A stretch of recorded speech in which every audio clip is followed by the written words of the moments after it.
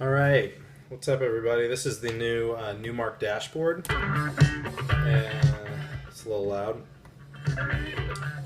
I've got it hooked up with a Denon MC6000 MK2, which has got a built-in card for Serato DJ, and it actually runs the exact length of the Denon, how I've got it here in the Odyssey case.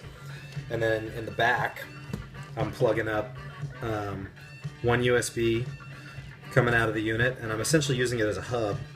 And I'm plugging the controller actually into the back of the unit, and then it's got its own power.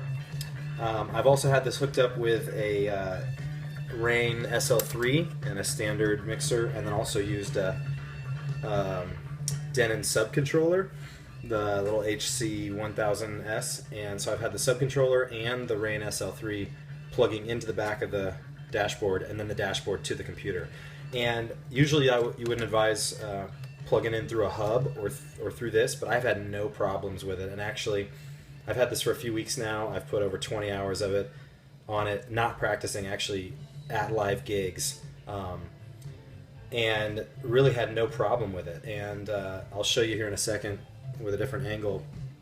The only time there was ever a lag is if I loaded a song that hadn't been analyzed yet. So anyway, it's really fun to mix on. From that camera angle, you might not be able to see too well what I'm doing here, but you know, you can scroll through and load. You can have it be on stacked waveform views, and then when you go to do the library, it goes to the library. Once you load the track, it goes back to stacked waveform view. Now, one of the things I'm actually trying to do with the dashboard is I'm one of these DJs that's been very guilty of Serato face, where I just stare at my laptop, and I haven't meant to be like that, but I just get sucked in. So with this, I actually leave it on library mode. I glance at it to see what song I'm on, what key it's in, what BPM, and then, you know, I'm using it basically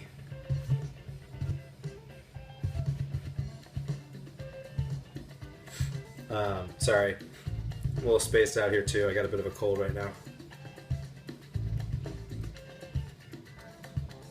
But I've actually found that, you know, I stare at this far less than I ever stared at the laptop. And so there's a little program called Insomnia that I'll put the link for in the description that lets you close your laptop and actually, you know, keep it from going to sleep. On Mac, that's not a built-in feature, so a little external program I got for that.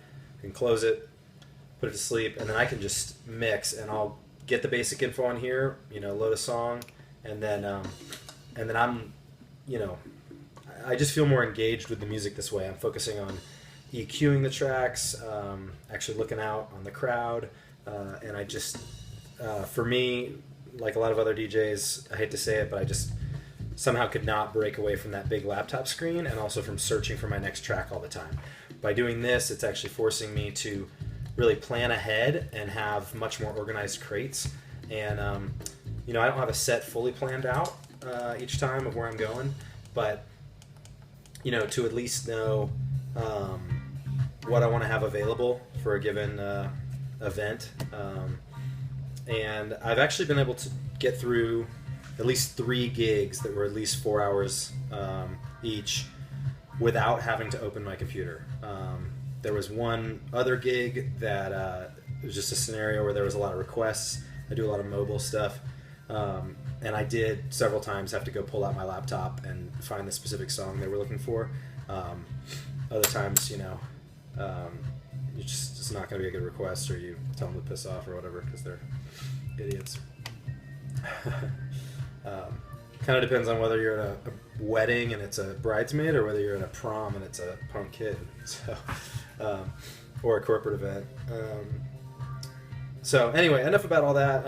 Basically, here's I really haven't ever done YouTube reviews before, and I don't have a fun accent like Alaskans, or cool editing like Digital DJ Tips or Mojax at DJ City. Mojax just did a really great review of this. I really agree with everything he said, and I just personally would add that I wish this had a dimmer for the brightness. Also, by the way, I'm using all these free YouTube tracks so I don't break any copyright, because I'm hoping this video will stay up.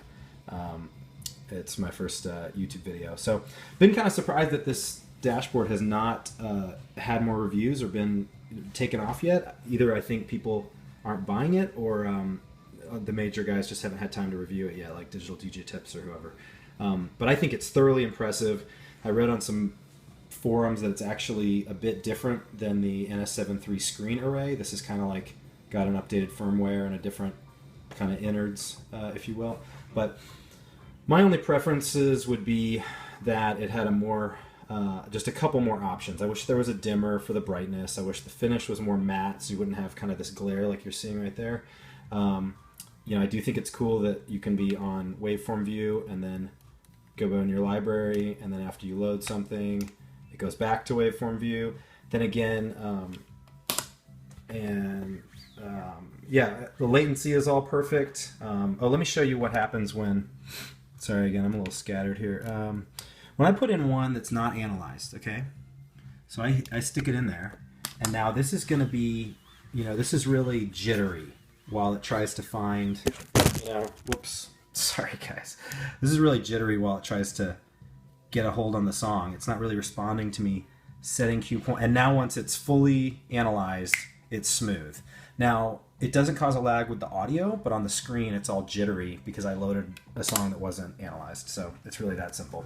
But other than a brightness, I wish that there's only 2 view modes. So here's view mode 1, where you have your spinning records and you know, find out which loop beat you're on, and you have a wide angle view of the waveform for the track, and then you have the stacked waveforms in the middle. On let me just pause that. On view number 2, it's library mode in the middle, and then on the side you've got you know, that kind of waveform look, and then the wide angle one on top. What I would like is for it to be able to have this on the sides, and then in the middle have it be library mode. So I'm really, I started with the digital era DJing a few years ago.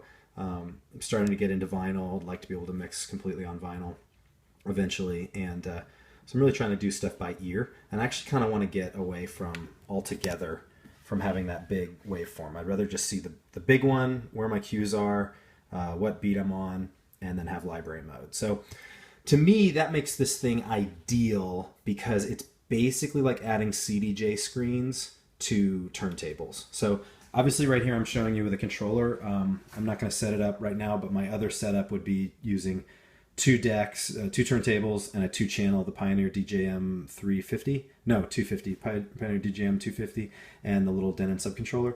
And then this basically lets it feel like I'm using 2 turntables with CDJ screens. So all right, yeah, sorry for some of the rambling and redundancy, but that's my opinion and experience with the Numark dashboard. I think it's absolutely phenomenal piece of equipment. It's not going to be for everybody, but I mean, I really think this thing kicks ass, and yeah, it's only $300, and I think Magma just came out with a case for it. I couldn't find it anywhere, but I ended up going to Guitar Center and buying a little $40 like keyboard and effects pedal bag that was just a little bit too big for it, but enough to be able to transport it, you know, without it getting scratched up and whatnot. Thanks a lot. Peace.